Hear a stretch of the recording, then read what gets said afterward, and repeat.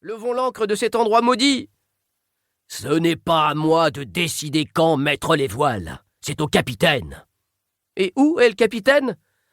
Je pousse un nouveau soupir. Chapitre 2. Blake. Tu comptes payer un jour ou je continue à allonger ton ardoise? Je lève un regard brumeux vers le tavernier qui m'a interpellé. Je hausse les épaules, il soupire avant de poser une nouvelle chope devant moi. Je la descends en quelques gorgées, le regard perdu dans le vague. « Tu veux quelque chose pour ta main et ta lèvre ?» me demande-t-il encore.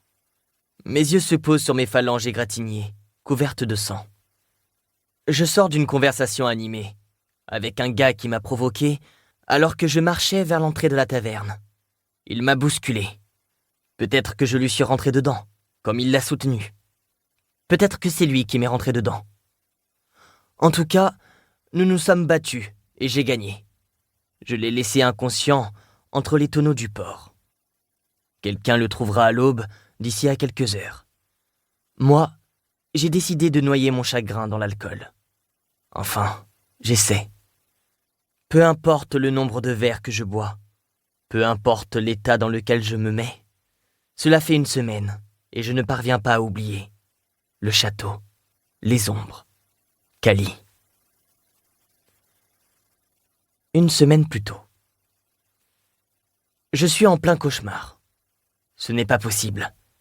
Je vais me réveiller dans mon lit sur mon navire. Je me rendrai compte que cette soirée n'est que le fruit de mon imagination. Un avertissement envoyé par l'océan. Cali et moi sommes toujours à bord de la Valonne, et il n'est pas trop tard pour changer de cap, repartir vers le sud, loin du château du sorcier noir. Oui, si je ferme les yeux très fort, je peux presque m'en convaincre. Blake! Sa voix me tire brusquement de mes pensées. Tout cela est bien arrivé. Et devant moi se tient Cali, dont les yeux d'un noir d'encre me fixent toujours. Cali!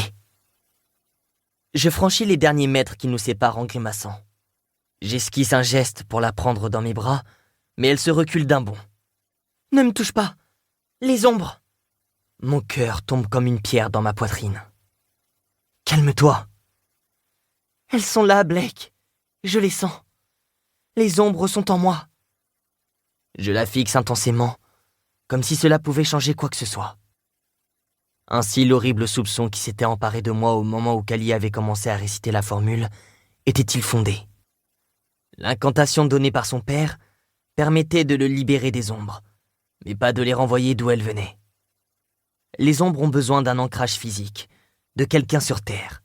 Rien ne les empêchait de se trouver un nouveau réceptacle, et comme le père de Cali est mort et réduit en cendres, les ombres se sont tournées vers la personne la plus proche, Cali.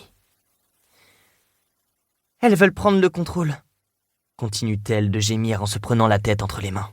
« Je ne sais pas si je vais pouvoir résister. » Bien sûr que si, je rétorque avec vigueur. « Cali, regarde-moi, regarde-moi. » J'essaie de ne pas montrer à quel point ses yeux sombres sont effrayants, et je me concentre sur mon seul but. Je dois l'aider. Elle sursaute et se retourne, comme si quelqu'un d'autre l'avait appelée. Je répète son nom pour garder son attention. « Tu es bien plus forte que les ombres, Cali. » Elle commence à secouer la tête. Son regard se perd dans le vague. Je tends les paumes vers elle, et elle crie. « Ne me touche pas! Je pourrais te faire du mal! » Je sais bien que non. Je mobilise toute mon énergie pour rester calme et maîtriser l'angoisse qui monte en moi. Tout doucement, je pose les mains de part et d'autre de son visage. « Tu vas y arriver, Cali. Tu peux maîtriser les ombres. Nous allons trouver une solution, tu verras. » C'est un mensonge et nous le savons tous les deux. Personne ne sait comment faire repartir les ombres qui forment le sorcier noir. La formule lue par Cali était apparemment la seule option, et de toute évidence, elle ne résout pas tout. Pourtant, nous avons besoin de croire en ce mensonge. J'imagine à quel point elle doit être terrifiée. Elle qui a toujours détesté la magie, qui l'a toujours crainte. Voilà qu'elle doit l'affronter. On va trouver une solution. Pour continuer à écouter ce livre audio gratuitement, cliquez sur le lien dans la description et vous pourrez l'écouter en entier sans frais grâce à l'essai de 30 jours d'Audible.